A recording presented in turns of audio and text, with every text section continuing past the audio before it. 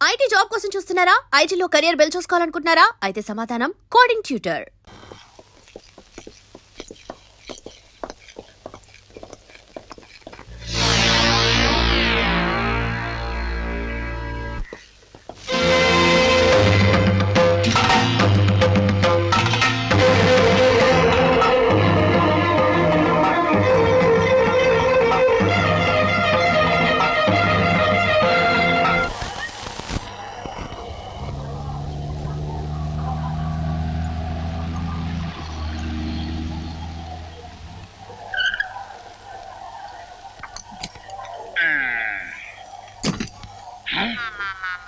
అవ్వా, ఇదెక్కడి దరిద్రమయ్యా!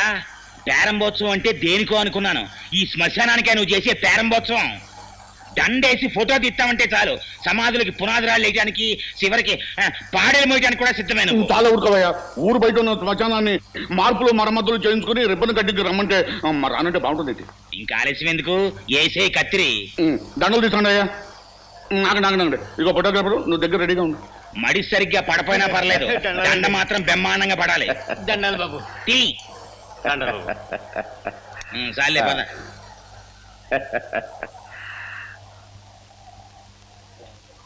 ఉండు. శుభం కానిచ్చి.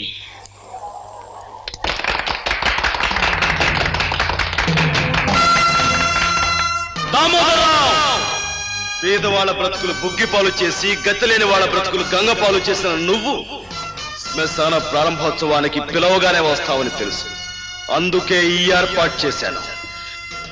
దీని ఆరంభం చేసిన నిన్ను ఇక్కడే అంతం చేస్తాను. ఎవిగో నీ సొమ్ము కాశపడి దారుణాలు చేసి నరహంతకులైన నీ తొత్తుల సమాధులు. ఇక ఈ 2 గోతులు నీకు అప్పుల పేరుతో రక్తం తాగే ఈ రాక్షసుడికి. ఒరే, శ్మశానానికి ప్రారంభం అనగానే నువ్వు ఇట్టాటిదేదో చేస్తావు నాకు తెలుసు. నేను సామాన్యుడు కాదు. నిన్ను పట్టి ఉరికమ్మ ఎక్కించడానికి చట్టాన్ని చుట్టూతో చుట్టబెట్టుకొచ్చాను చూడు. నన్ను ఊరికమ్మో ఎక్కించాలనుకునే నీ కోరిక తీరదు, కానీ నేను అంతం చేయాలనుకునే నా కోరిక మాత్రం తీరుతుంది.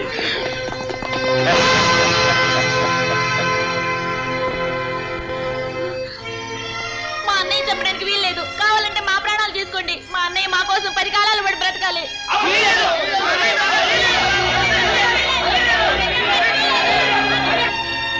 అలా పైపట్టు చూస్తారేటయ్యా, వెళ్ళి పట్టుకోండి.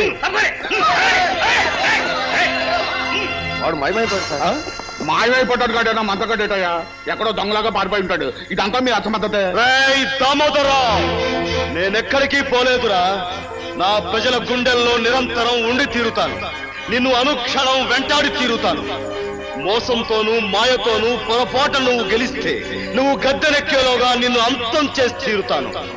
ఇది నా ప్రజల మీద నేను ప్రమాణం చేసి చెప్తున్నాను రా. ఆ యాల జనానికి మాయ మాటలు చెప్పి చుట్టూ అడ్డుగోడగా పెట్టుకుని పారిపోయావు. మరి ఇవాళ మేము కట్టించిన ఈ రాతి గోడల మధ్య నుంచి ఎట్టా పారిపోతావురా?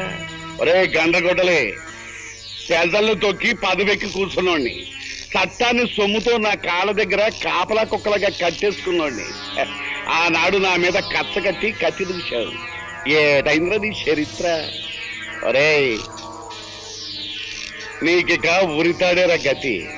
మమ్మల్ని కాదని ఏది సాధించుకున్నావురా నీ బతుకులో? ఏది సాధించుకున్నావురా నీ బతుకులో? అడుగునమ్మా.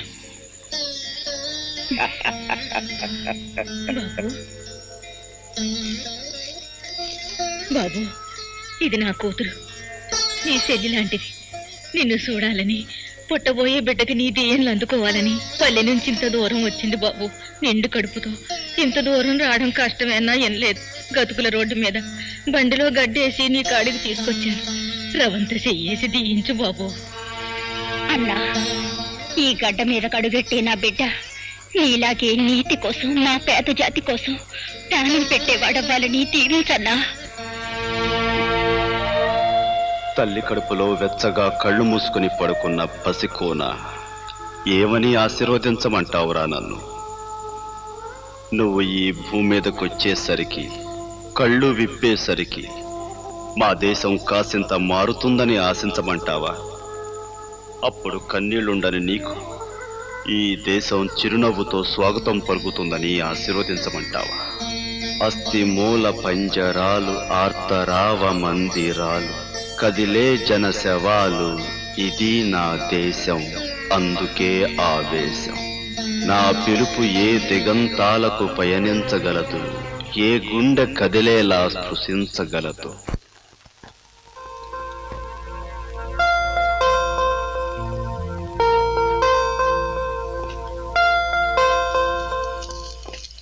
ఎక్స్క్యూజ్ మీ మేడం, ఈ క్వశ్చన్ పేపర్స్ ని ఒకసారి చెక్ చేయాలి, ఇటు ఇస్తారా? ఇవి చెక్ చేయడం ఏంటి బాబు? ఏమి లేదు, ఈ రోజుల్లో కాలేజ్ స్టూడెంట్స్ కి క్వశ్చన్ పేపర్స్ తో పాటు ఆన్సర్ పేపర్స్ కూడా సప్లై చేస్తున్నారట. Yes what mister Rajasekhar? Yes madam, కొన్ని చోట్ల గైడ్స్ కూడా సప్లై అయిపోతున్నాయి. ఆ కేసును నా చేతులతో నేనే పట్టుకున్నాను madam. All right madam, everything is okay. అది సరే, మిమ్మల్ని ఎప్పుడో ఎక్కడో చూసినట్లు. అదే ఆఫ్ కోర్స్ మాది పోలీస్ డిపార్ట్మెంట్ కదండి, ఏ పొలిటికల్ మీటింగ్స్ లోనో ఏ ప్రైమ్ మినిస్టర్ పక్కన చూసుండొచ్చు. Of course, maybe. చూడండి, మీ ఎగ్జామినేషన్ టైం అవుతుంది. Thank you, right, exam time అవుతుంది.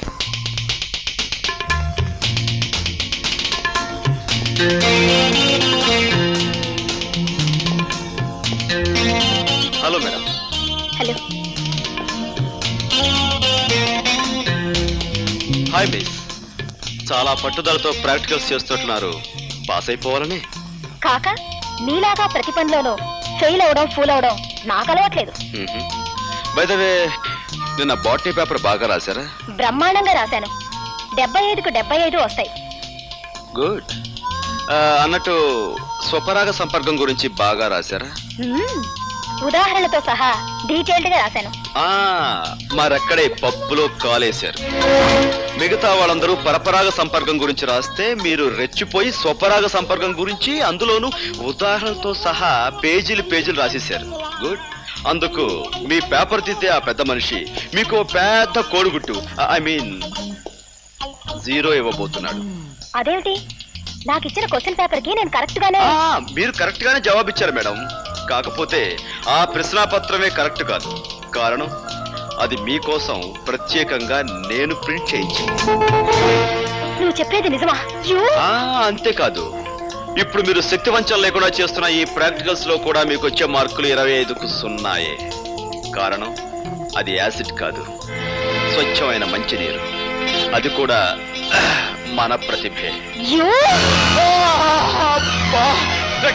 ఇవి నీళ్లు కావు, యాసిడ్. మై గాడ్, నా కళ్ళు కనపడలేదు. తగడు బాస్, ఇదిగో బాగా నటించి మంచి పేరు తెచ్చుకో. చూపిస్తాను తడాక. డాక్టర్, ఎలా ఉంది డాక్టర్? ఏమైంది డాక్టర్? అంటే పోయిందమ్మా. ఏం పోయింది? చూపు పోయింది. My God. అది కాన్సన్ట్రేటెడ్ యాసిడ్ కాకపోవడం వల్ల మొహం మాత్రం కాలిపోకుండా మిగిలింది. అది అదృష్టం అని చెప్పాలి. అంటే అతనికి ఇంకా చూపొచ్చే మార్గమే లేదా? ఓ 15 రోజుల్లో ఢిల్లీ నుంచి డాక్టర్ ధైర్యం అని ఐ స్పెషలిస్ట్ ఒకతను వస్తున్నాడు. ధైర్యం వస్తే భయం లేదు. అతనికి చూపు వస్తున్న ధైర్యం నాకుందమ్మా. అతను ఒకసారి చూడొచ్చా? వెళ్ళమ్మా, ఆ భాగ్యం ఓదార్చు, వెళ్ళు.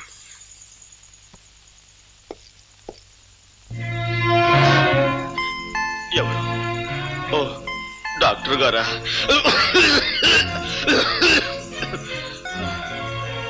డాక్టర్, ఈ సమయంలో నాకేమనిపిస్తుందో తెలుసా?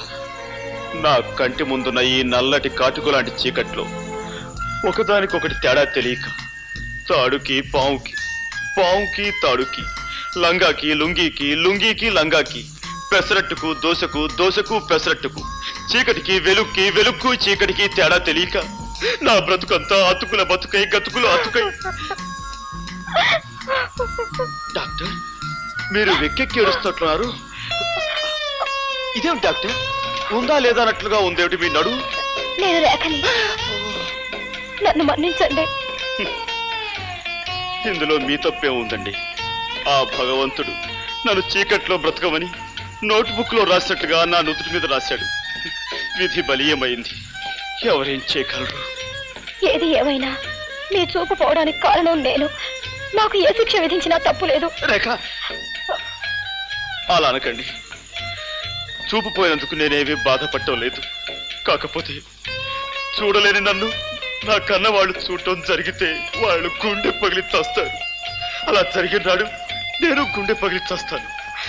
ఈ గుండె పగిలే కార్యక్రమాలు తలుచుకుంటూ ఉంటే ఇప్పుడే నా గుండె. చూడండి, ఒక 15 రోజుల్లో ఐ స్పెషలిస్ట్ వస్తున్నారట. ఆయన కళ్ళు ఆపరేషన్ చేసి మీకు తప్పకుండా చూపు తెప్పిస్తారు. అంతవరకు నేను ఇంటికి వెళ్ళలేను. ఈ హాస్పిటల్ వాతావరణంలోనూ ఉండలేను. ఇప్పుడు నేను ఎలా? ఇక్కడ నా స్నేహితురాలు ఇల్లు ఒకటి ఉంది. ఆమె ప్రస్తుతం ఊళ్ళో లేదు, అక్కడ ఉందరు గాని. కానీ రేఖ, ఈ కళ్ళు లేని కబోది ఒంటరిగా ఆ ఇంట్లో ఎలా ఉండగలడు, ఎలా బ్రతకగలడు, ఎలా జీవించగలడు? గోపి గారు, జరిగిన తప్పుకు కారకురాల్ని నేను. కనుక మీకు చూపొచ్చే వరకు మీకు తోడుగా ఉండి మిమ్మల్ని భద్రంగా నేను చూసుకుంటాను. రేఖ, నువ్వు ఓ ఐఎమ్ సారీ రేఖ. నీ చేతులు అనుకుని అక్కడ చేయి వేశాను. తీరా వేసాక తెలిసింది నేను ఎక్కడ వేశాను. తప్పుగా అనుకోవు కదా? అనుకోండి. రేఖ, నువ్వు నిజంగా దేవతవి. రండి వెళదాం.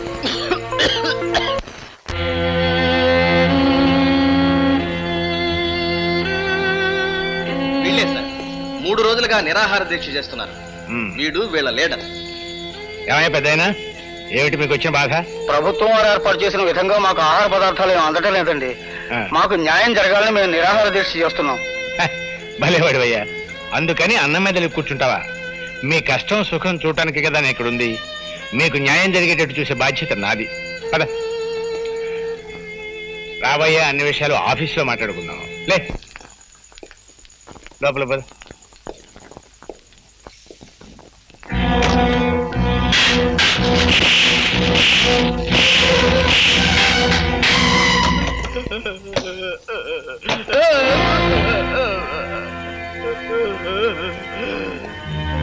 మీరు మనుషుల పశువుల? ఏమిటది? రక్తం వచ్చేలా కొడతారా? అనవసరంగా అభండాలు వేయకు. అతను లోపల తీసుకువెళ్ళాం. శాంతంగా జరిగింది ఏమిటి అని ప్రశ్నిస్తున్నాను. భయపడిపోయాడు, నోటి వెంట రక్తం వచ్చింది. ఈ విషయం ఇప్పుడే ప్రభుత్వానికి రిపోర్ట్ చేస్తాను. నీకు సాక్ష్యాలు ఆధారాలు ఏమైనా ఉన్నాయా? ఏమయ్యా, ఇతను మనం ఏమైనా చేశామా?